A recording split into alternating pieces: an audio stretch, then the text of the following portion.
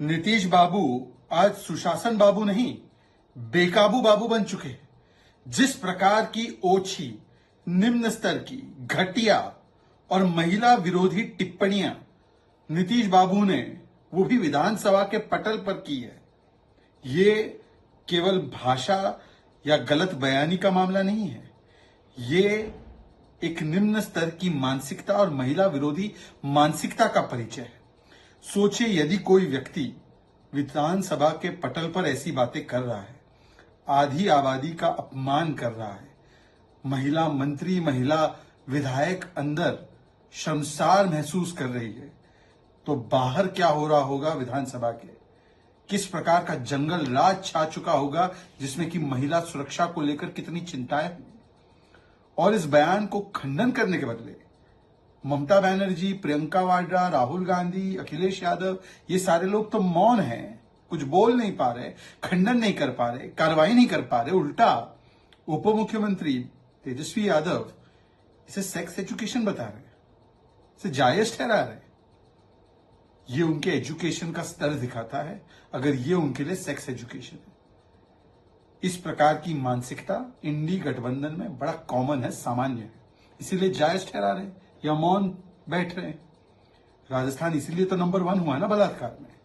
राजस्थान के मंत्री जिसको टिकट दिया कांग्रेस पार्टी ने, उन्होंने तो कहा था ना, मर्दों का प्रदेश है, बलात्कार होता रहता है। उत्तर प्रदेश में इनके एक साथी ने कहा था ना, men will be main, boys will be boys, बलात्कार होते रहेंगे। आजम खान की और अबू आजमी की टिप्पणियां तो याद ही है ना हमको, किस प्रकार की टिप्पणी करते हैं वो महिला विरोधी। तो ये कोई नई बात नहीं है, इस गठबंधन के लिए सामान्य बात है, इसीलिए इसे जायज ठहरा रहे हैं। एक तरफ तो हम लोग नारी शक्ति वंदन अधिनियम पारित करते हैं, नवरात्र का पर्व अभी हुआ है जिसमें कि नारी शक्ति को हमने वंदन किया है, महिला शक्ति को हमने नमन किया है। और दूसरी ओर नीतीश कुमार जी इस प्रकार की निम्न स्तर की टिप्पणियां करते हैं, आज उन पर कार्रवाई होनी चाहिए। उनको कोई नैतिक आधार नहीं है अपने पद पर बने रहने का, इस प्रकार की टिप्पणी करके और आधी आबादी मतलब 50% लोगों को इतना बड़ा ठेस पहुंचाकर इस पद पर बने रहने का उनको कोई नैतिक अधिकार नहीं। The comments made by Nitish Kumar ji, the most despicable, disgusting, atrocious, obnoxious and women विरोधी comments that have been made only shows the impact of the influence of RJD. From Sushasan Babu now to Bekabu Babu. This kind of commentary only shows that if they think like this and speak like this in the assembly, imagine what is the plight of the women in the state of Bihar, in the jungle raj that has been created in Bihar.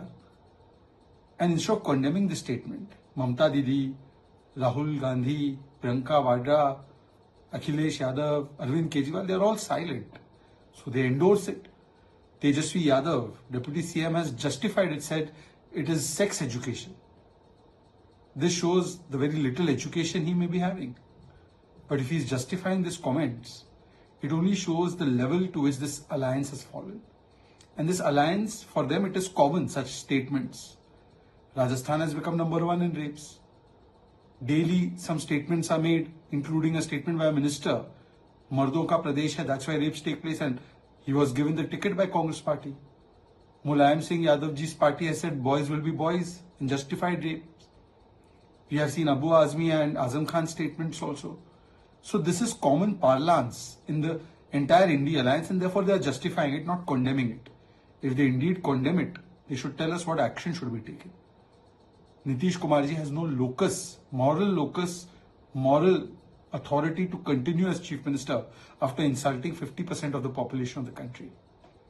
If he has any integrity, he must step down. After such a statement, this kind of mindset, this kind of actions that he has done in the assembly, the women of this country will never forgive this alliance. The women will never forgive Nitish Kumar ji.